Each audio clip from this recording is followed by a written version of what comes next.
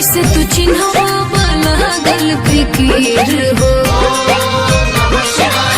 हो रही शिवाला पहुई बड़ी भीड़ हो कैसे तू चिन्हवा लागल फिकीर हो हर गेरुआ कलर लिखल बोले बम पर जवन दिल बन के अच्छा जल ढारी कर ये जान उहे वाला साड़ी पहिन के जल ढारी कर ये जान उहे वाला साड़ी पहिन के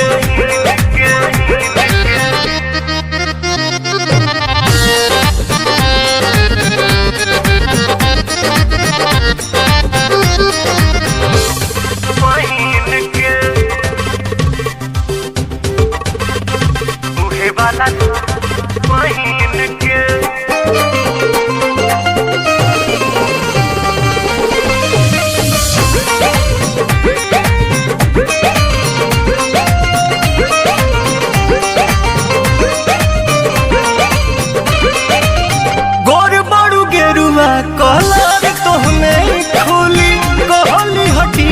गरी चंदन के गोली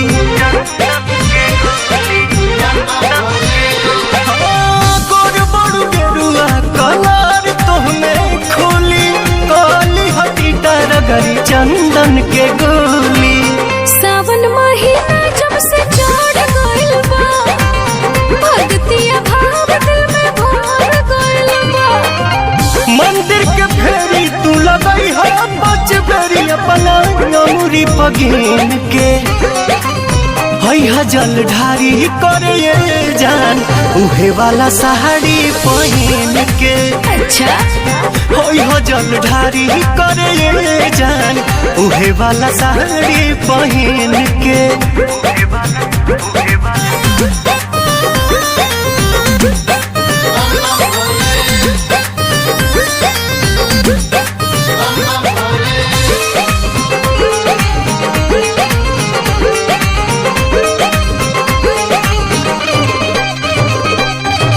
साचो कहीं लागता रुआ तना सुनर हो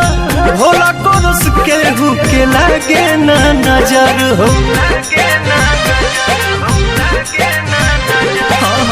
साचो कहीं लागता रुआ तना सुनर हो बाबा कोरस के हु के लागे ना नजर हो तोहरे ला भूखल माने सावने सुमारी खुश भगवान आशीर्वाद रखी शिव जी के याद ना भूल शुभ दिन के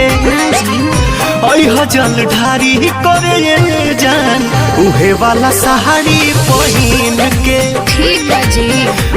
जल ढारी कर ये जान उहे वाला साड़ी पहिन के ओके लागल फिकीर हो हर गेरुआ कलर लिखल बोले बम पर जवन दिल बन के अच्छा जल ढारी कर ये जान उहे वाला साड़ी पहिन